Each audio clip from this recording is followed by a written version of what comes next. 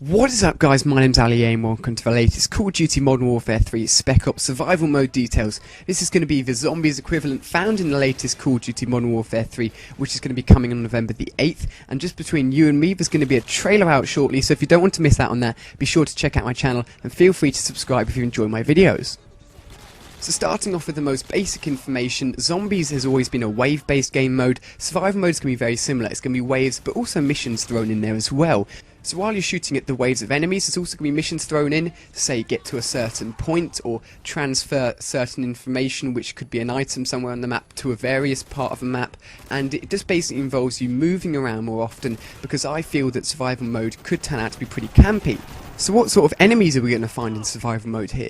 We know that in Zombies that they have a limited amount of range, they don't walk too fast. Basically the best players will get a group of zombies, take them into a small area of the map, do laps around, and then just easily pick them off one by one. It's fairly slow paced once you get into it. It's not too much hysteria about it, and it's nice and controlled. However, survival mode I reckon is going to be very, very different. Rather than moving around the map, you know, feeling quite loose, quite relaxed, you're going to have different types of enemies running at you. You're not just going to have normal enemies with guns, you're going to have juggernauts which have extra health and are really badass if you've ever played Modern Warfare 2 Spec Ops, and you're also going to have dogs thrown in there with C4 strapped to them. So this is going to be crazy. It's going to prevent you from camping, because I think otherwise people will do that in a situation where in Zombies they have very limited range to hit you. You can, you know, stay away from them, move around the map, be slow paced. Modern Warfare 3 you're going to have enemies shooting at you, which means you're going to have to be moving and taking cover. It's going to be a very different experience. So what sort of things do we have to attack the enemies in survival mode? Well, in Zombies we had traps, etc., things that would use to slow down enemies in certain areas. However, in survival mode they've really stepped it up. They're going to have kill streaks. So the kill streaks found in multiplayer mode will also be found in survival mode. So how insane is this? Imagine a chopper gunner is in Modern Warfare 3 multiplayer. We don't know this yet, but imagine if it was. You'd be able to sit in the corner, have your friend cover your back as you call it in, and you can just rain hell down on the enemies, and it just sounds really, really fun.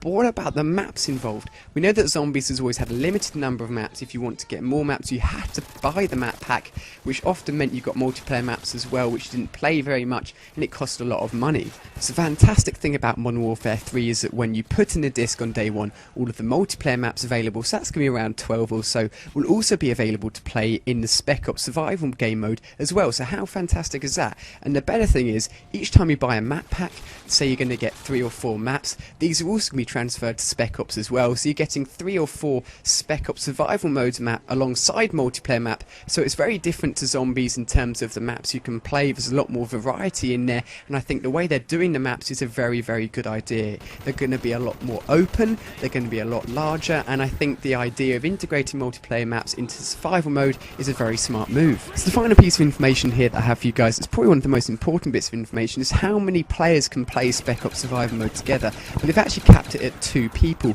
Now we're used to, in Zombies anyway, seeing 1, 2, 3 and even 4 players all playing together, but I think limiting this game mode to only 2 people is going to be its downfall.